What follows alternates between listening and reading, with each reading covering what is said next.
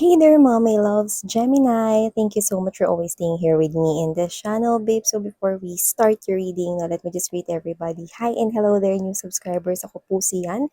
Welcome, welcome. At sa mga returning subscribers, thank you so much for the warm love and support you're giving me. So we do not have any gender right here. And of course, this is timeless as well. So just pick up only the messages you think are for you. Okay? So meron pa tayong other channels kung hindi mo pa knows. Ang mga channel links po ay nasa description box. So, see you there as well. So, yan mga babes, so let's go ahead and get your reading. So, let's see what messages here for you.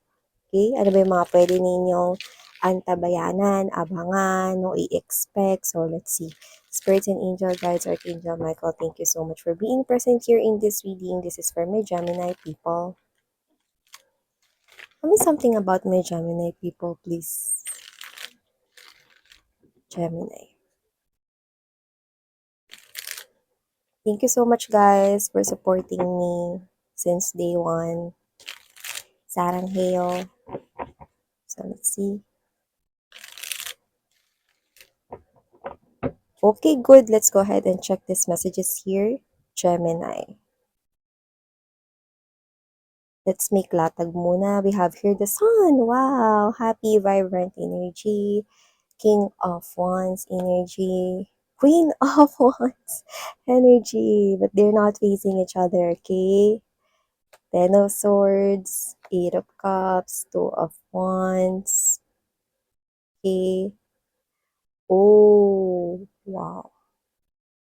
10 of coins, 10 of wands, 9 to the 10 of wands, beautiful. Improvement in your finances, it's what I'm clearly seeing right here. It's as visible, as clear, as vibrant as the sun. Your finances is about to change. I'm seeing you struggling right now, 9 of wands energy, like, ang hirap naman nito, ang hirap kumita ng pera, ang hirap naman ng money, ang hirap mag-keep ng money. Laging may mga unexpected expenses. Hindi ba pwedeng keep ko yung money ko, hindi ba pwedeng makaipon ako ng mas malaki right now? Why is it that laging may pagkakagastusan, lagi na lang may expenses, even though nagiging maingat ako, kahit ako yung nagiging maingat dito, may mga bagay na parang not may control pero nangyayari, no? So, parang ang ibig mo sabihin doon mga babes, no? This is you, pinipigilan mong gumastos at hindi ka gumagastos pag about sa sarili mo. And then, suddenly, there could be possible na parang like emergencies na parang biglang may bayarin, no? And then, this is something here na hindi mo in-expect. Like, let's say, no, kunwari hindi nyo nabayaran yung kuryente ninyo because hindi na reading ng metro. Hindi na reading yung metro last month, no? Kasi may reason daw, yung Meralco, pwedeng hindi nakita yung metro ninyo, whatever, hindi nabasa, sira yung metro, ganyan, no? So, nagkaroon na rito ng another patong na expenses, no? Which is, pwedeng sabihin na natin, no, 2 months na din ganyan, no? Parang unexpected, hindi naman ikaw yung may control dun sa metro, di ba? Hindi naman nila nabasa or whatever, no? So, parang ganun yung example. So, whatever the case may be, may mga unexpected dito expenses out of your control. So, I think this is something here, no? Pero it could be any situations. In example ko lang yun, no? Yung iba pwedeng, hindi mo unexpected, like let's say, meron ka palang kailangan bayaran, no? Kasi kailangan to sa work. Yan, sabihin natin. Yan, kailangan bilhin mo to for work, no? And you do not see that coming. Yan, no? Parang, ay, gusto ko mag-ipon, pero bakit ang daming kailangan gastos? I'm seeing it changing, no? Ganito na lang isipin mo mga babes, no? Kung yan ay klase ng expenses na kailangan mo naman sa trabaho mo, kailangan mo yan i-purchase, kailangan mo bilhin, no? Then go ahead, do that. Because kailangan mo yun to improve your work. Yan, no? So, kung ito mga expenses na to, you think this is something here unexpected and you will buy this or purchase this because you need this, then always with the sun card energy, look at the brighter side, no? Hindi ko naiisipin kung magkano to, kung ba't ko to binili. Basta, isipin ko na lang na kailangan ko kasi to sa work, kaya kailangan ko tong bilhin. Yung ay iba, alam niyo yun, yung parang kunwari, kailangan ko kasi to sa work eh, uniform ninyo, no? Pero kailangan i-purchase. Or ikaw to kasi nag-purchase ka pa ng another one kasi pawisin ka. Or ikaw to na ayaw mo na maglaba 'no, kasi yung iba 'di ba bumibili ng uniform, dalawa lang para palitan 'no. Eh, yung iba naman 'no puwedeng, hindi naman nila ine-expect 'no na kailangan bayaran yung uniform, mga ganyan, example lang yun. So nakikita ko that that's changing because it will bring, alam mo yung parang paggaan ng sitwasyon mo. Kasi kung ano man 'yan, I think kakailanganin mo 'yan 'no. At yung iba naman 'no, puwedeng ko ito yung mga unexpected na bayarin, like yung sa bill ninyo or whatever 'no. So nakikita ko rito 'no, na yun ay dahil kasi bunga ng pagiging negative thinker mo na maaaring recently lang 'no, puwedeng meron ka ritong times na nag-overthink ka, especially when it comes to money. 'Yan 'no, ito yung bagay na na-attract mo. So, for this thing na mawala, I think you need to do not think negatively about money or pentacles, yan. Pero yun nga, most of you guys, I'm seeing your situation here changing. I'm seeing your situation here changing. There's something here positive that's gonna happen with your money and pentacles, Gemini. Yan, no? So, nakita ko yan here, no? Yung mga student dito, nakikita ko na napaka-bright ng future ninyo. So, kung nahihirapan man kayo ngayon with the Nine of Wands energy na Ten of Wands, yes, na may mga students din po na nanonood here, no? And kaway-kaway sa mga estudyante dyan, no? So, nakikita ko na napaka-bright with the Ten of Coins energy and there's the Sun card energy, ang future ninyo. Sa ngayon, siguro medyo nahirapan kayo sa mga examinations, quizzes, mahirap na mga i-memorizes na mga words, keywords, no, kung ano-ano pa yan, no, sa mga subjects ninyo, lalo na yung mga major subjects, no. Yan ay, naku, ngayon lang yan. Kasi nakikita ko rito, no, na sobrang gusto nyo talaga yung inaaral ninyo, especially yung mga nagte-take na dyan ng mga courses, 'di ba? So, nakikita ko rito na talagang magtatagumpay ka diyan sa career na gusto mong i-pursue. Yan oh. So, I'm seeing right here distant future pero napakaganda na at napakaliwanag na 'no, na ngayon ay pinararating na sa atin dito na maging positibo ka 'no, lahat ng mga pagsakit ng mga ano, ugat-ugat diyan sa ulo mo. Kaka-memorize mo ng mga dapat mong i-memorize na for examinations 'no, all worth it in the future. I'm seeing na uulan ng pera sa'yo, bongga. You know, lahat naman ng pinaghihirapan, Gemini 'no, ay may magandang balik. Wow! So, maliban diyan, nakikita ko rin dito, Gemini, na meron ditong masaya na tinititigan ka lang 'no. So, itong person na 'to 'no, masaya siya rito lalo na kung secret admirer niyo ito. This person could be a boss or someone here na pwedeng mataas yung posisyon compared sa'yo if you're working with this person or even not. Basta this person here loves watching you. Doesn't have to be nakatrabaho mo siya or what, no? Pwede rin naman na parang kunwari, friends or kapitbahay, no, na pwedeng meron siyang magandang posisyon sa trabaho niya, no, and this person here is secretly in love with you. You make this person here happy, no, by just looking at you, no. Pero sa ngayon, wala pa siyang ginagawang movement pero nakikita ko 'no, na kamukat-mukat 'no, mga bilang ka lang talaga ng mga ilang kembot na linggo, posibleng magsimula na 'yang magpa-impress sa'yo, 'yan 'no. So nakikita ko rito na for others of you, nakikita ko na mas older siya sa inyo, sa age. 'Yan 'no, taray may secret crush sa'yo. Meron ditong nagsisikretong may gusto sa'yo. Taray! So, maliban diyan, nakikita ko rin dito na yung iba nakaka-move on na 'no, dun sa mga kwents ninyong ex 'no. Walang kuwenta ninyong ex 'no, na binasura kayo rito, pinagtraydorran kayo rito, yung iba plinano pa kayo ritong pagtaksilan, lokohin, kung ano man 'yan sa pera or other woman or other man, nakita ko na naghi-heal na kayo. Wow! So, I'm getting, energies right here 'no, healing from that wound 'no, yung mga wounded warriors diyan 'no, lumalaban na ngayon 'no, para iba naman yung maging takbo ng storya lalo na sa love life ninyo. So, nakita ko rito na kung meron man kayong ka-connect with this King of Wands energy and the Queen of Wands, mukhang dalawa nakuha ko rito. One, puwedeng nagkaroon kayo rito ng tampuhan 'no, dahil hindi kayo magkaharap sa isa't isa 'no. So, parehas kayo dito nagmamatigas pero parehas niyo rin naman ditong gusto ng may maunang kumausap. Pero ang gusto ninyo ay mauna na kausapin kayo nung isa. So, ibig sabihin ikaw gusto mo kausapin ka niya una, siya naman gusto niya kausapin mo siya una. In short, sinong mauna, pero parehas ninyong gusto 'yun. So, parehas kasi kayo ng energy rito. So, nakikita ko kayo rito na parang sa panlabas 'no, mukhang suplado-supladuhan kayo, supla-supladahan kayo 'no. So, nakikita ko rito na iba naman yung pinipintig ng puso ninyo. Sobrang miss niyo ng isa't isa at nakikita ko rito na hindi rin ito magtatagal 'no, dahil parehas kayo rito na mag-uusap na 'no. Masyadong masyado kayong ano, passionate para sa isa't isa 'no. Kaya kung ano man 'tong pag-aaway, pagtatalo 'no, diskusyon, misunderstanding, nakikita ko na matatapos na ito, 'yan 'no. So, nakita ko rito na ikaw yung happiness niya 'no at, siya naman 'no, siya naman rito yung lumalabas na pinagkukuhanan mo ng strength. So, binabalanse ninyo ang energy ng isa't isa.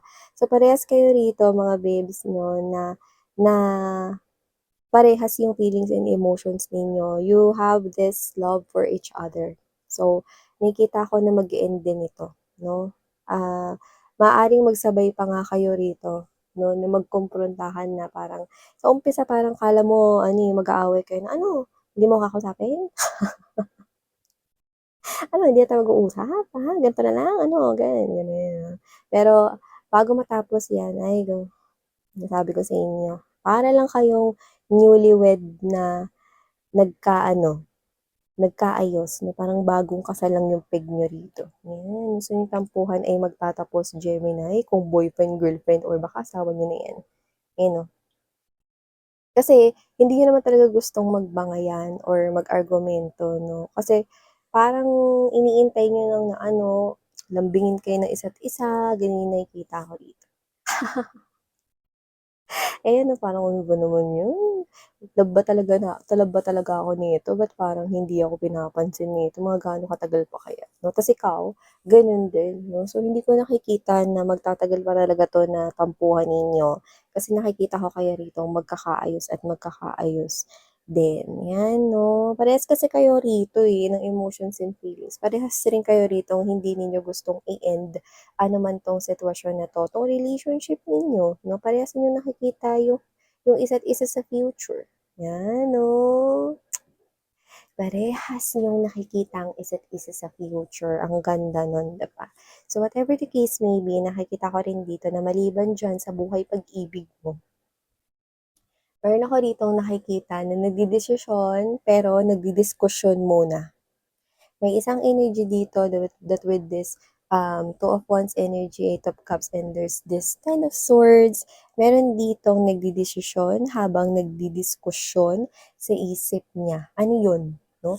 Ibig sabihin meron ditong person mga babes 'no, na ex mo, na walang alam mo yung 'di ba 'pag discussion dapat maraming mga kasali diyan?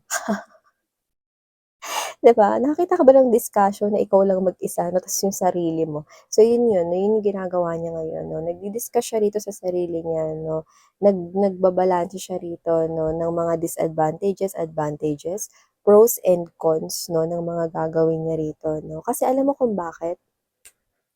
Kasi kung sino man 'to, iniisip niya rito na i-message ka. Message lang muna, yun yung nakikita ko dito. I-message ka kasi medyo may pag-ano, eh, may pull ng konti 'no, may pull backward. Merong, may parang harang siyang nilalagay. So, parang hindi ko alam kung te-testingin niya ba kung magre-reply ka or what, posible. Kasi nga nagdi-discuss siya sa sarili niya 'no, parang magse-send siya sa'yo rito ng message 'no, at 'wag mong i-expect na mahaba yung laman nun. So, posibleng sabihin niya lang dun is, "Hello, kamusta ka na?" Excuse me. Or parang gusto niyang, parang i-try na kunwari ano, magse-send siya sa'yo rito, posibleng kunwari wrong send, 'yan. Like a random message 'no. Yung iba malay niyo chain message yan. If you will not pass this to 10 people, what? So, whatever that is, I think this person here will try to send you a message first, and we'll see if you will send or reply back, ganyan. Let's see. So, this person here could be discussing that. But, hindi pa yun as in planado talaga. Kasi posibleng meron pa siya rito iba pang iniisip, no? Kasi this person here is trying na talagang mag-reply ka. Ang goal is talagang dapat mag-reply ka. Ano ba yung pwede kong sabihin maliban dyan sa hello, hi na yan? Or kamusta ka na magre-reply ka? Yan. So, may pinapakita sa akin dito na posibleng gumamit din ito ng ibang tao. Pwedeng kakilala ninyo or pwedeng hindi. Yan. Para mag-reply ka. Yan. Okay. So, may takot. May takot sa energy niya. No? Na sabihin ng diretsa na siya yun. Okay? Pero kung ano man tong ginagawa niya na to, this person here could be trying out na makakuha ng reaction from you. Let's see, no?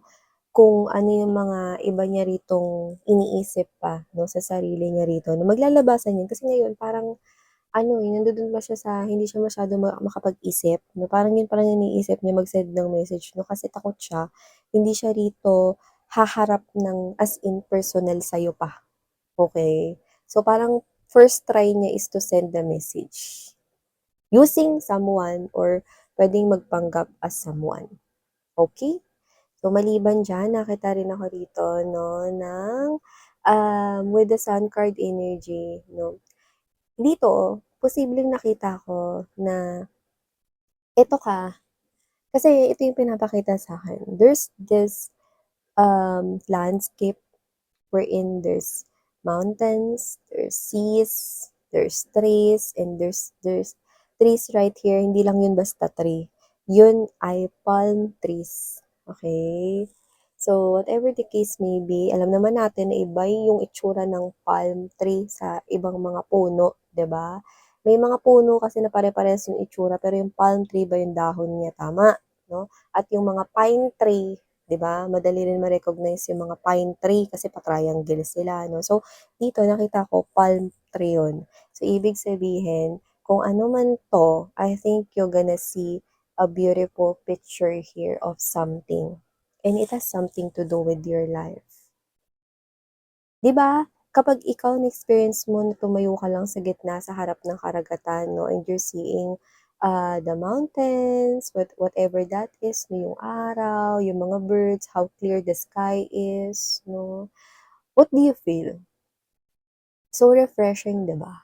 So it looks like you will feel this type of energy na parang, finally, sa wakas, eto na yun, no? Parang you're gonna see a bigger future here of something in your life. And this is so refreshing. Yun yung pinaka bibigay nito. So maybe it has something to do with starting all over again about something. Okay?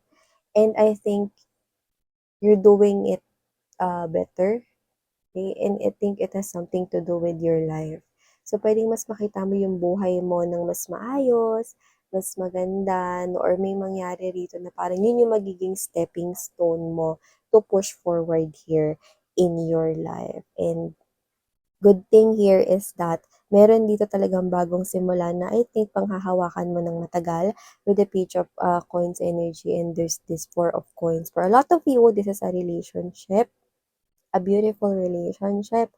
And for others of you naman, this is an opportunity really in your finances and money. So whatever it is that you're doing right now, keep on doing that. And please, huwag kayo mag-isip ng mga negative kasi you will attract only negative things, no? Mas maganda na mag-isip ka ng positibo para positibo rin yung ma-attract mo. Especially kung meron kang mga parang mga serious na bagay na pinagpupukusan ngayon. Mas maganda na wag mong ituon yung energy mo sa pag-iisip ng negative. Okay? So, thank you so much, Gemini. These are all the messages here for you guys. Sarang heyo, love, and light. And yun.